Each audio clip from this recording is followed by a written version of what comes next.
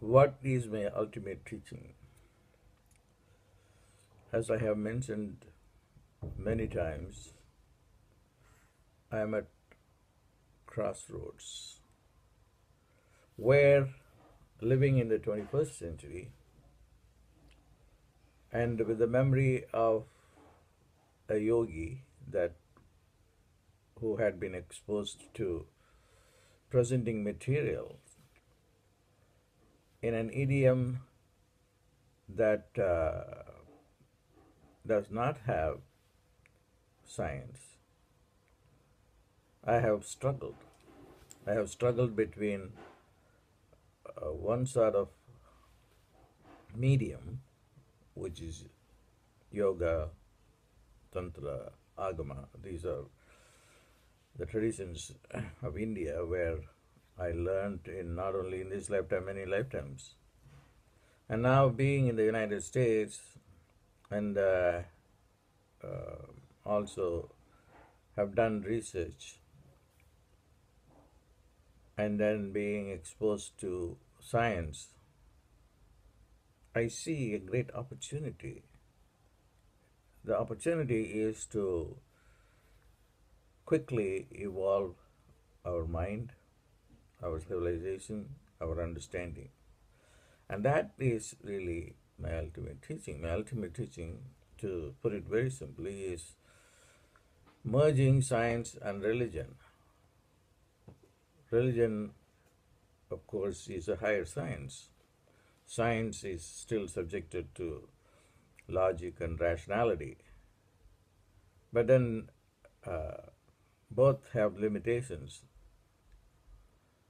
The unlimited understanding that religion gives does not come under a scientific perspective because of the limitation of science.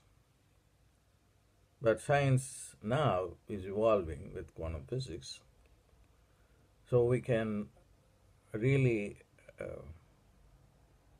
understand both in terms of each other. In the upcoming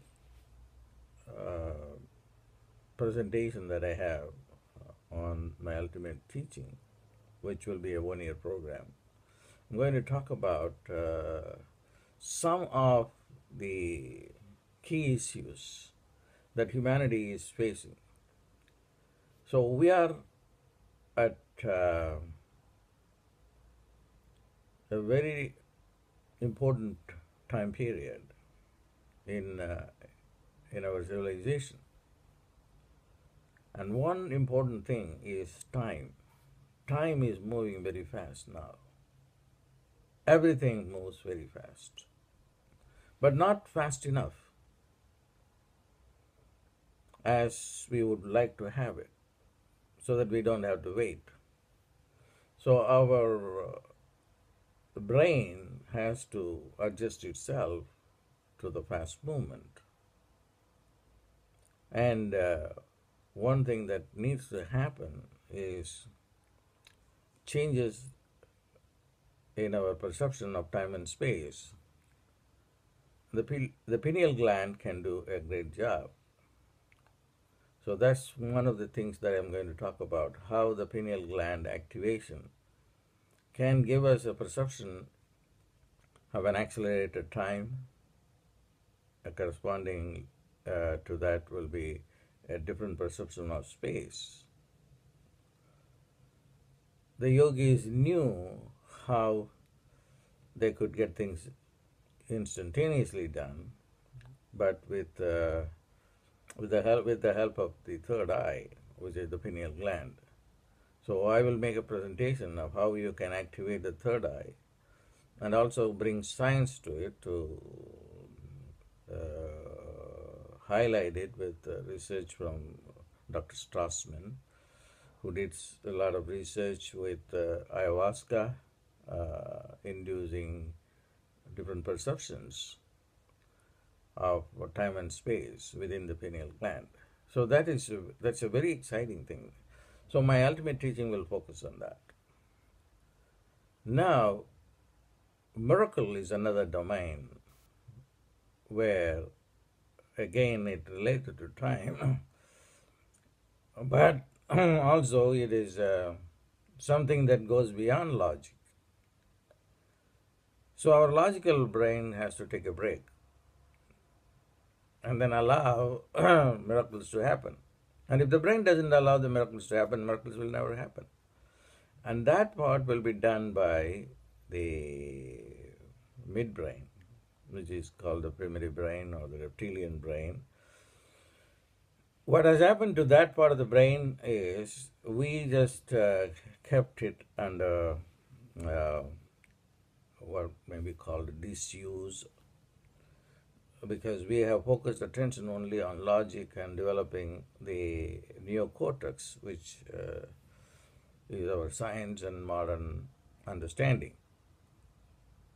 So we have to go back to the midbrain and activate that so that it can give us a new understanding of what is reality and what is illusion.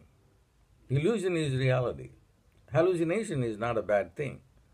And there are infrared frequencies, the endogenous infrared frequencies within the midbrain that can allow us to conceive of miracles.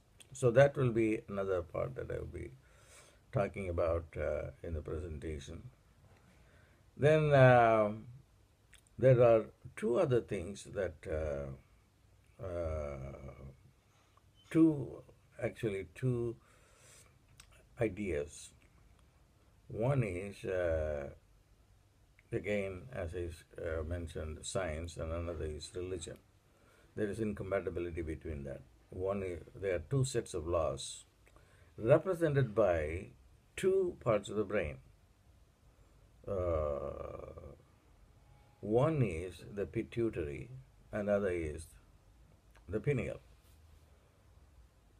The pituitary is the human law. Well, you have to wait for to get certain things to get done, and then logical reality, all these things are under the control of the pituitary. The pineal has no problem. That is divine law. So there is only human law and divine law. Human law represented by the pituitary and the divine law represented by the pineal. So you have to really kind of harmonize these things. And then, although I'm talking in terms of science, I will also bring in the yogic perception of how we can really harmonize these two things, and then which is a matter of making the pituitary gland to accept the perceptions of the pineal gland. Then when we harmonize that, then it is possible for us to think and manifest. So it's just not, think and manifest is not a metaphysical concept. Again, when we say think, it's not ordinary thinking. It is the pineal thinking, which is a very important thing.